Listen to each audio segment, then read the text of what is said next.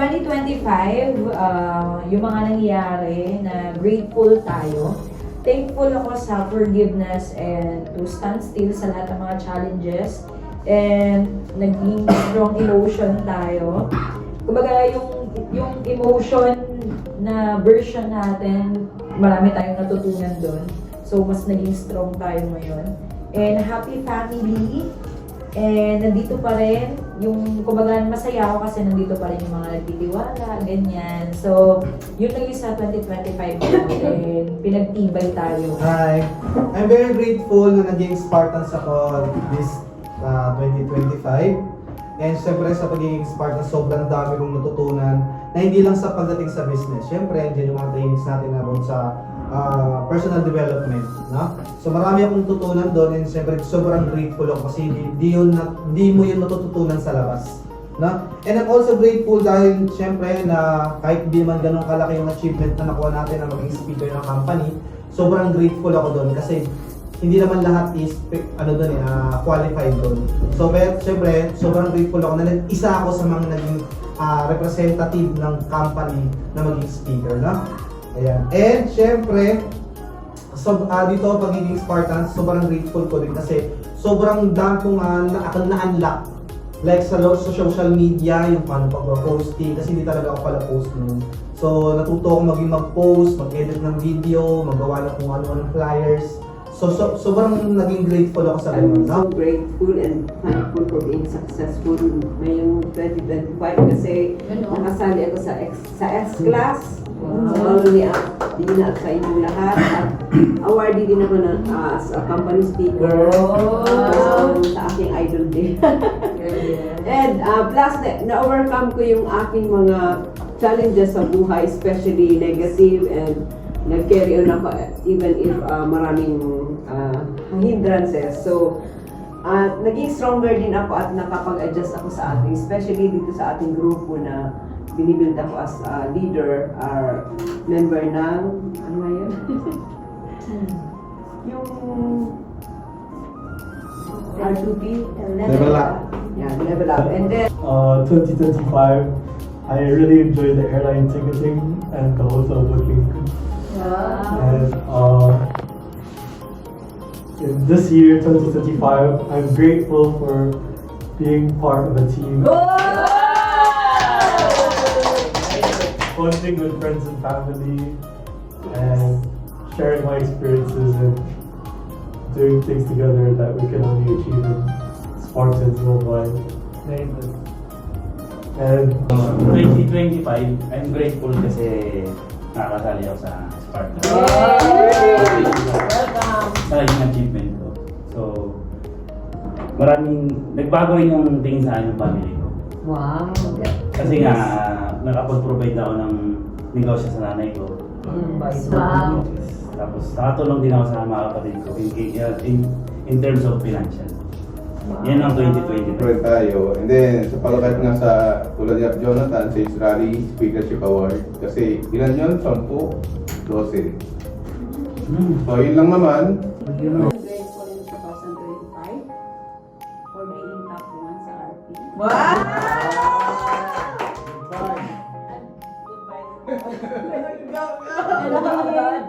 Top 11 sa buong Sparta. Wait lang! Ginayabangan kayo guys. Ginayabangan kayo! Hashtag 2026.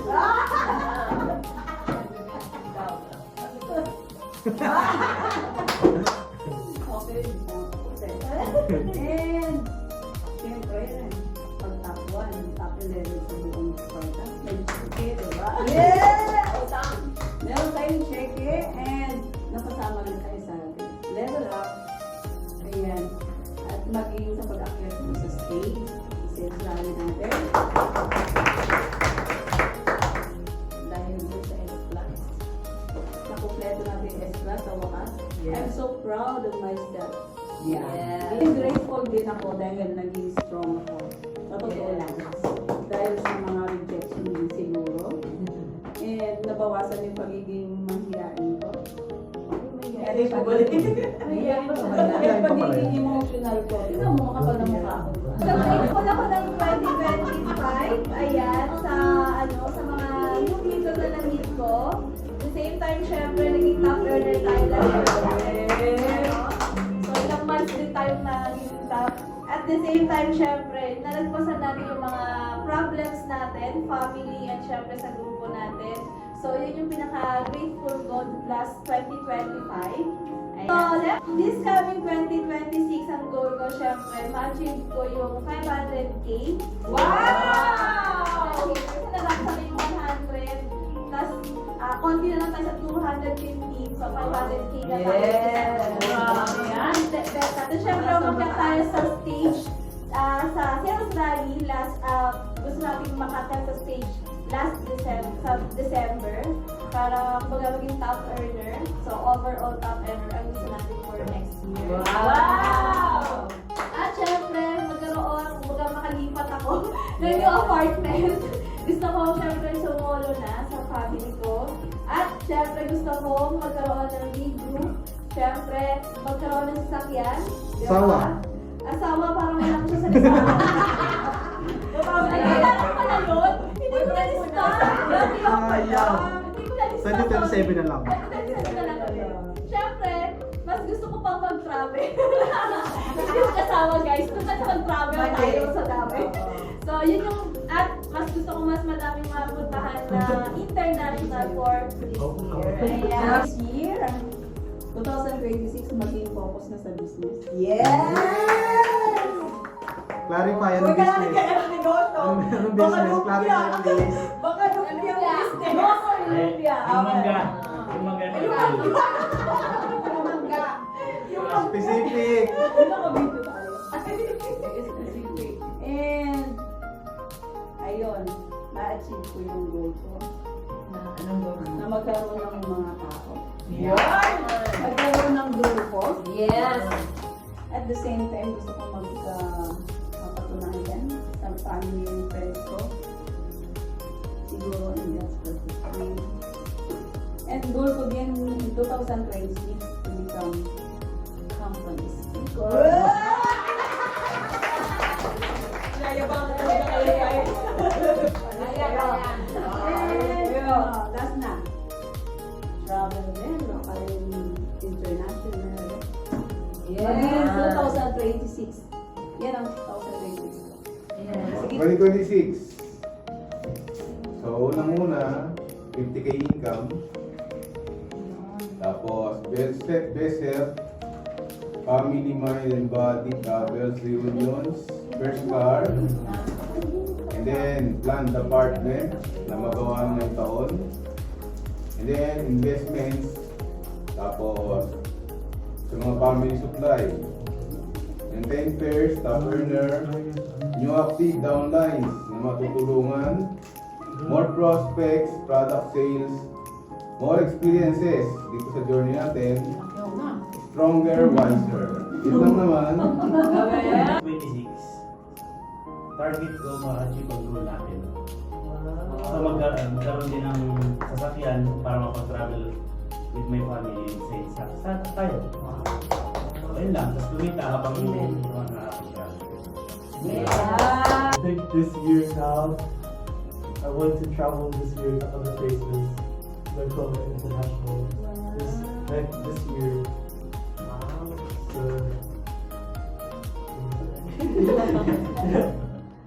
local and international, I create bonding with new people, bonding with other people that I can meet potentially, and call them into or something similar with that. That's my 2026. So sa 2026, ang ini-aim ko rin is magkaroon ako ng Big 3. And then more invites at new faces kasi noong Christmas marami ako na-encounter ng mga bagong mukha. Tapos ngayon kahit nasa libingan, nag-invite ako ng mga na-invite ko yung pastor. Gusto niya kasi interested siya sa network. Sabi, nag-network ka? Sabi, nag-network ka. Sige, kunin mo yung phone ko. Tapos yun, friends na kami. invite ko daw siya, sabi niya. Siya na nagsabi. Wow! And then, ang goal ko rin is travel. Sana makasama na rin ako sa travel local sa international. And then, 100K club.